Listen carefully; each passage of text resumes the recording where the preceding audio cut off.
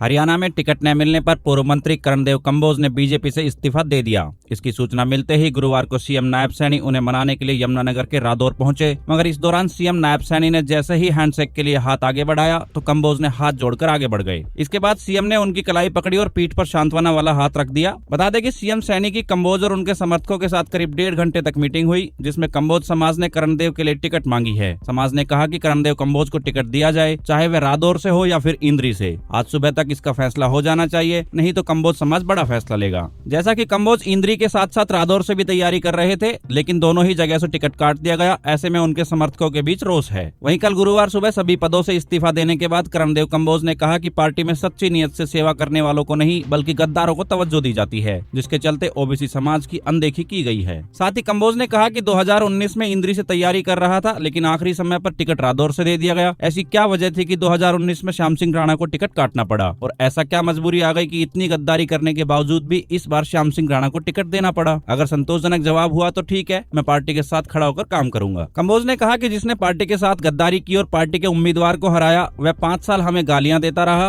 PM तक को नहीं बख्शा। लोकसभा चुनाव में उसको थोड़े से वोट के आए, वह दोबारा भाजपा में शामिल हो गया, फिर भी उसी को टिकट दे दिया गया। वह न सिर्फ पार्टी का गद्दार है बल्कि सरकार का भी डिफॉल्टर है। उसने 2014 में सरकार को चावल देने थे, इसकी जांच होनी चाहिए। वहीं कंबोज ने कहा कि मेरे पास सीएम का खुद ही कॉल आया था, वे गिड़गिड़ा रहे थे और इधर उधर की बातें करते हुए कह रहे थे कि मुझे तो पता ही नहीं था कि ऐसा हो गया है। कंबोज ने कहा कि जब आपको पता ही नहीं तो आप सीएम किस बात के हैं। जब सीएम इतनी बात कह रहा है तो वह सीएम नहीं बल्कि रबर स्टाम्प है। ये जो भी कुछ हुआ है केंद्र से हुआ है, जो भी कुछ हो रहा है ये पूरा एक षड्यंत्र रचा गया है। कंबोज ने बताया कि मनोहर लाल खट्टर ने भी उनको कॉल किया था, लेकिन उन्होंने चिकनी चुपड़ी बातें की, हम आपको कहीं और एडजस्ट कर देंगे, लेकिन मैंने उनको साफ साफ बोल दिया है कि आप अपना काम करो, मैं अपना काम करूंगा। वहीं कंबोज ने आजाद या टिकट पर चुनाव लड़ने के सवाल पर कहा कि हमने 22 सदस्यीय कमेटी बनाई है, वही तय करेगी कि चुनाव लड़ना है या फिर किसी दूसरे दल को समर्थन देना है। वहीं कर्णदेव कंबोज के इस्तीफे के सवाल पर सीएम नायब सैनी ने कहा कि किसी ने कोई इस्तीफा नहीं दिया है, टिकट किसी एक व्यक्ति को मिलनी होती है, शीर्ष नेतृत्व का निर्णय सर्वोपरि होता है। कंबोज से बात चल रही है, हमने हरियाणा में तीसरी बार सरकार बनानी है और कर्णदेव कंबोज इस जीत के मुख्य कर्णधार होंगे।